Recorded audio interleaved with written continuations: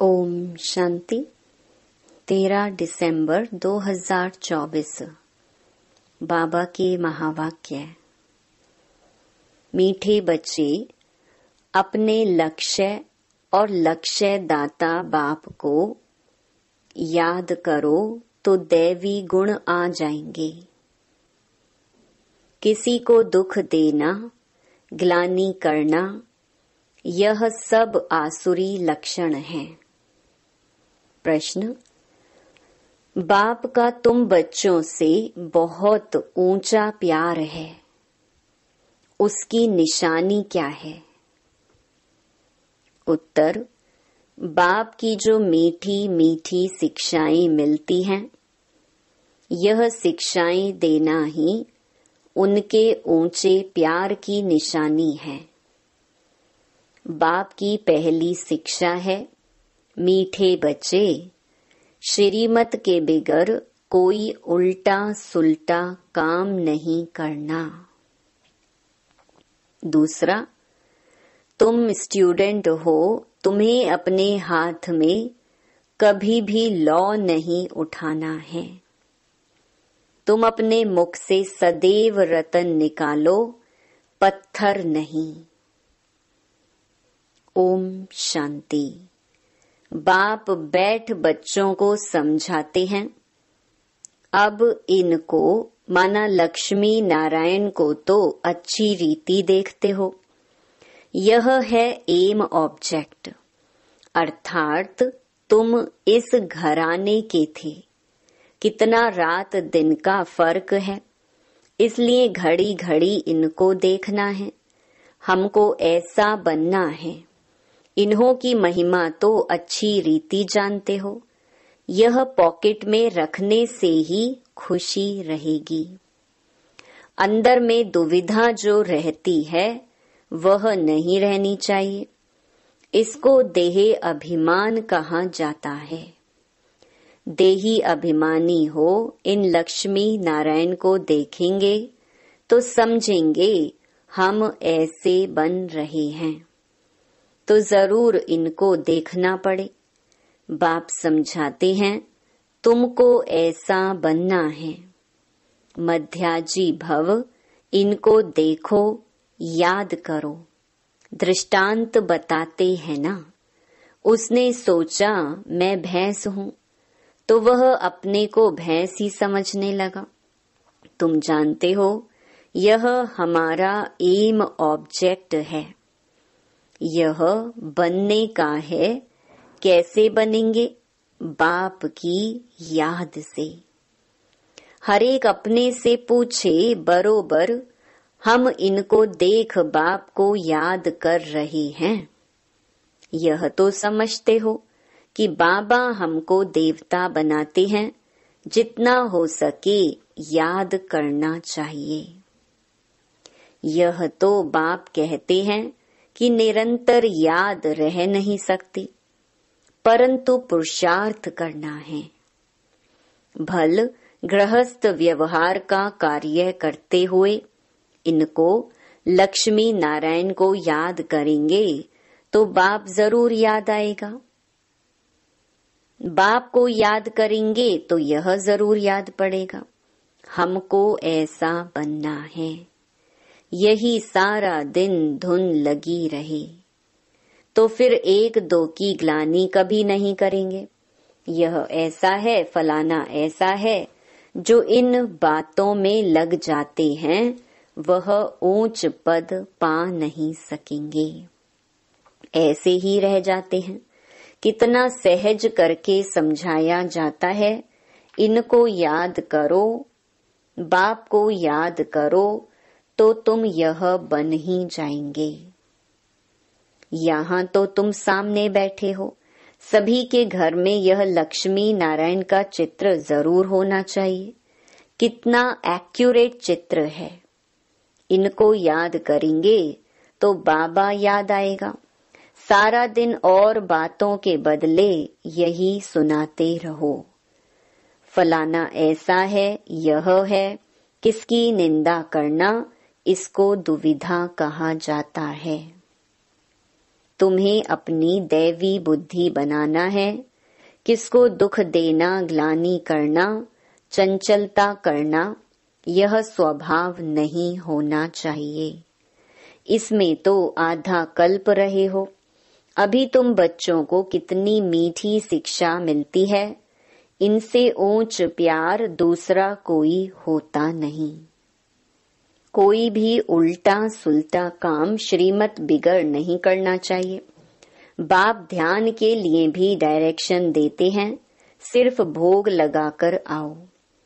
बाबा यह तो कहते नहीं कि वैकुंठ में जाओ, रास विलास आदि करो।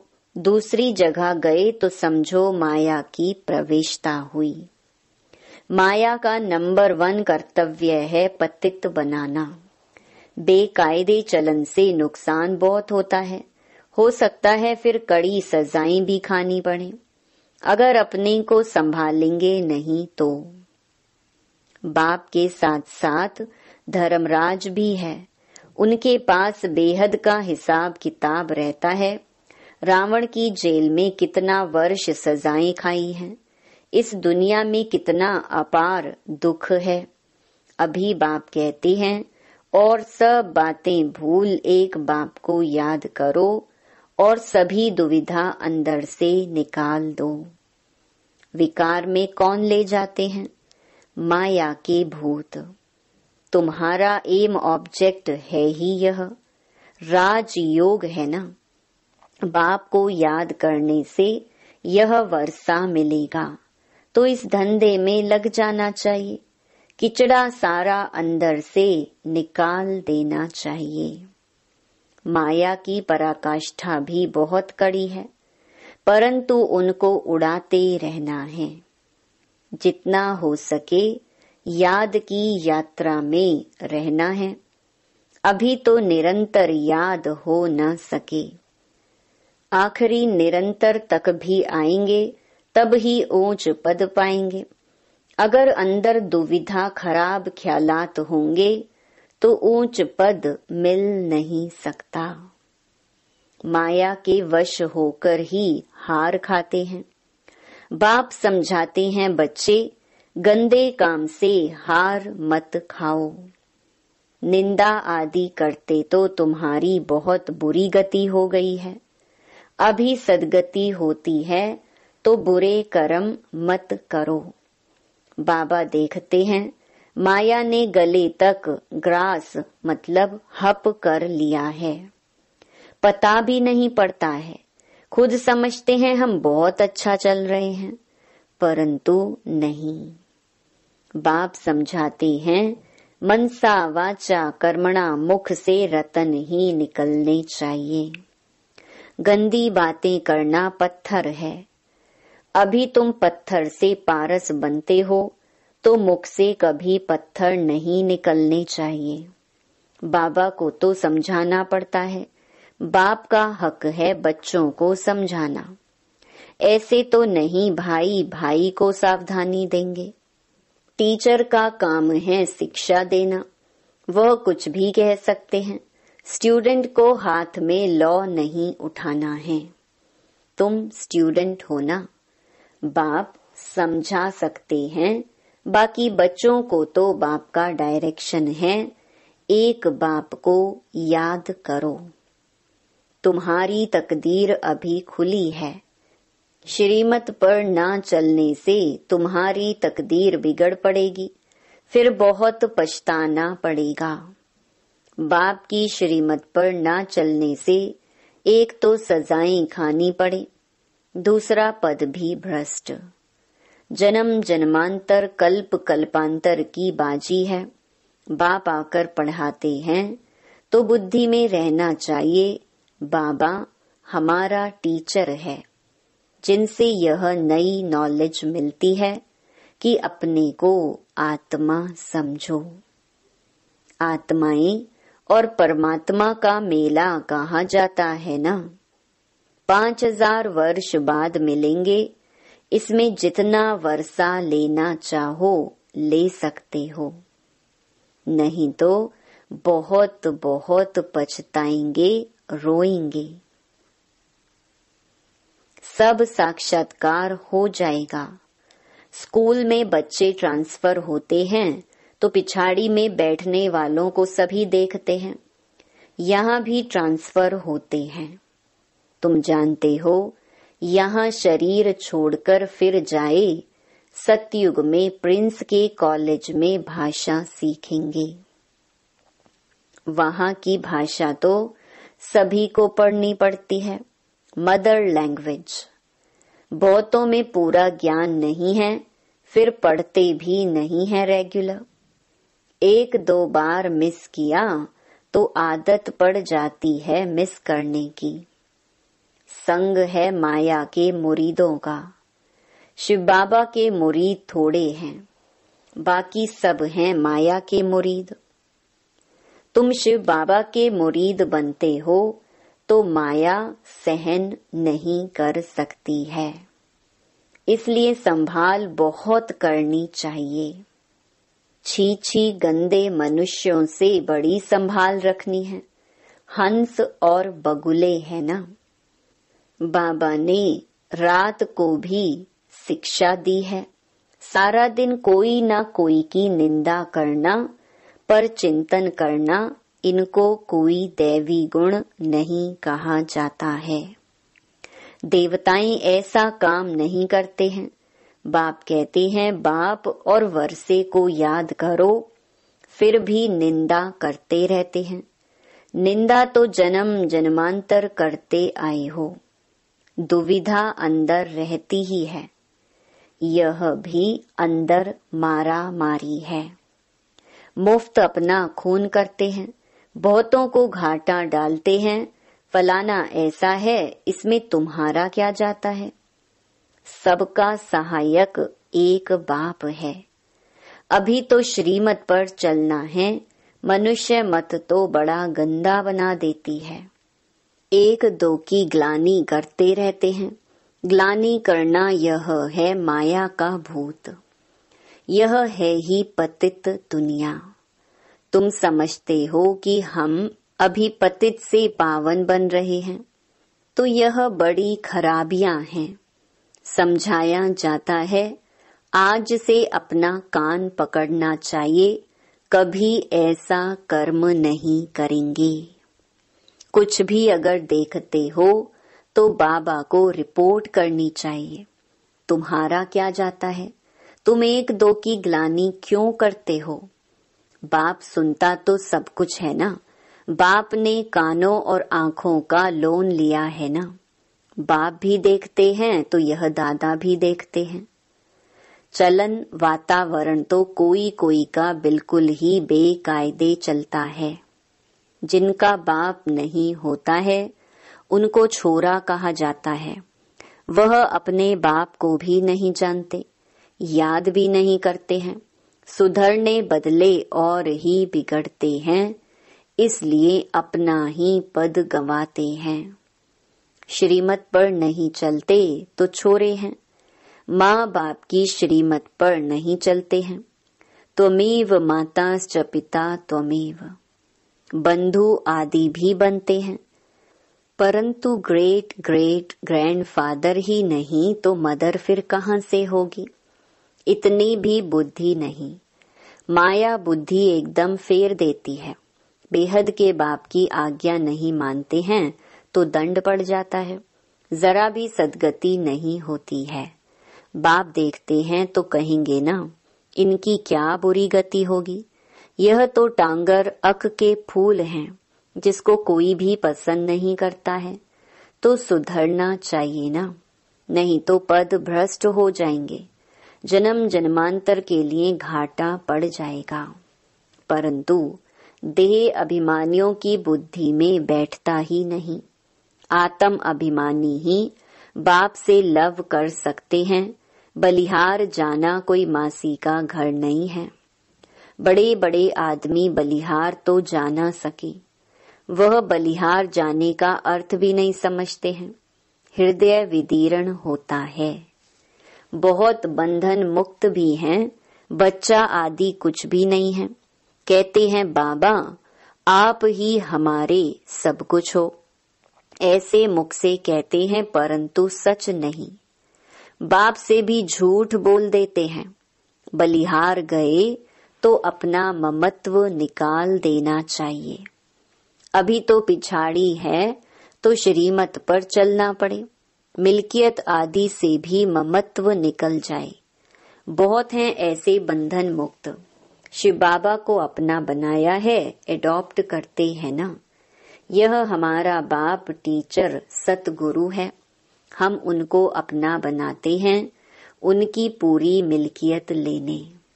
जो बच्चे बन गए हैं वह घराने में जरूर आते हैं, परंतु फिर उसमें पद कितने हैं, कितने दास दासियां हैं।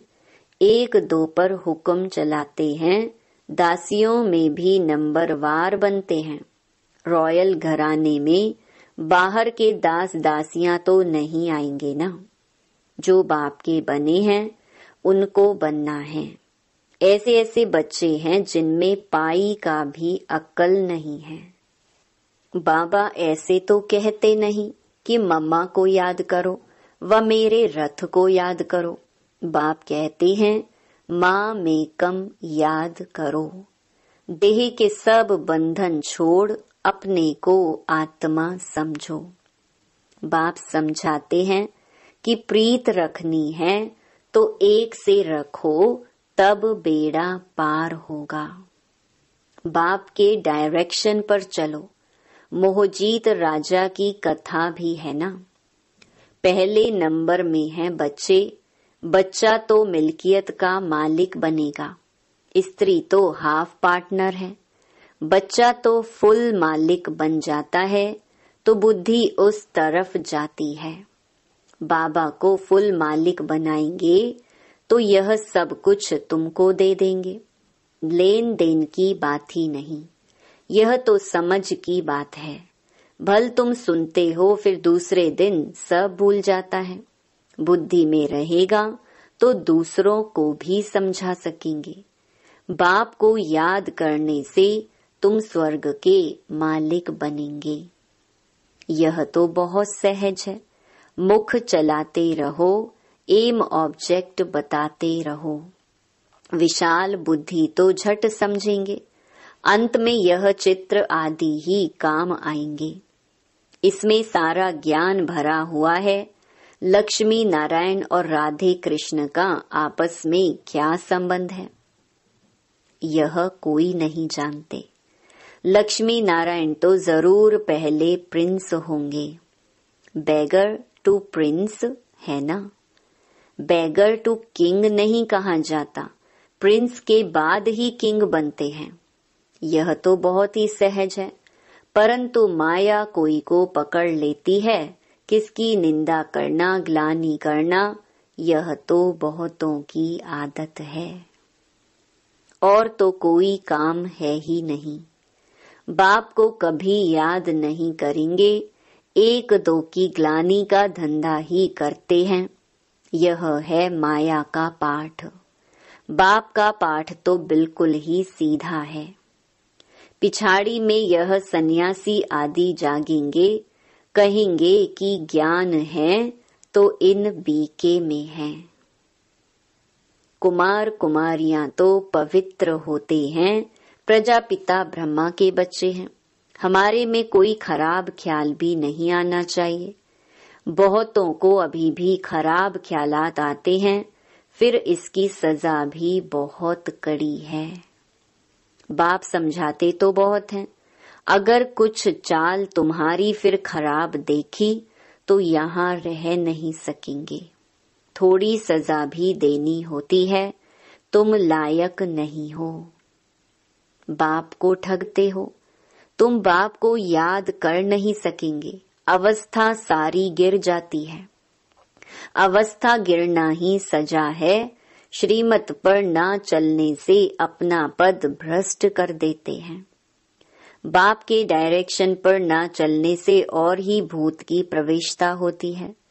बाबा को तो कभी कभी ख्याल आता है कहीं बहुत कड़ी कड़ी सजाएं अभी ही शुरू ना हो जाएं। सजाएं भी बहुत गुप्त होती है ना, कहीं कहीं पीड़ा ना आए। बहुत गिरते हैं, सजा खाते हैं। बाप तो सब इशारे में समझाते रहते हैं।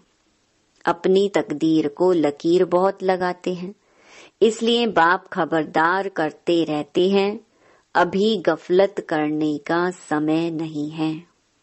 अपने को सुधारो, अंत घड़ी आने में कोई देरी नहीं है। अच्छा, मीठे मीठे सिकिलधे बच्चों प्रति माता पिता बाप दादा का याद प्यार और गुड मॉर्निंग। रूहानी बाप की रूहानी बच्चों को नमस्ते। धारणा के लिए मुख्य सार। पहला, कोई भी बेकायदे श्रीमत के विरुद्ध चलन नहीं चलनी है। स्वयं को स्वयं ही सुधारना है। छी गंदे मनुष्यों से अपनी संभाल करनी है। दूसरा, बंधन मुक्त हैं तो पूरा पूरा बलिहार जाना है। अपना ममत्व निकाल देना है। कभी भी किसी की निंदा व परचिंतन नहीं करना है। गंदे खराब ख्यालातों से स्वयं को मुक्त रखना है। वरदान, समर्थ स्थिति का स्विच ऑन कर व्यर्थ के अंधकार को समाप्त करने वाले अव्यक्त फरिश्ता भव। जैसे स्थूल लाइट का स्विच ऑन करने से अंधकार समाप्त हो जाता है, ऐसे समर्थ स्थिति है स्विच। इस स्विच को ऑन करो तो व्यर्थ का अंधकार समाप्त हो जाएगा। एक एक व्यर्थ संकल्प को समाप्त करने की मेहनत से छूट जाएंगे। जब स्थिति समर्थ होगी तो महादानी वरदानी बन जाएंगे, क्योंकि दाता का अर्थ ही है समर्थ। समर्थ ही दे सकता है, और जहाँ समर्थ है वहाँ व्यर्थ खत्म हो जाता है। तो यही अव्यक्त फरिश्तों का श्रेष्ठ कार्य है। स्लोगन, सत्यता के आधार से सर्व आत्माओं के दिल की दुआएं प्राप्त करने वाले ही भाग्यवान आत्मा हैं। ओम शांति।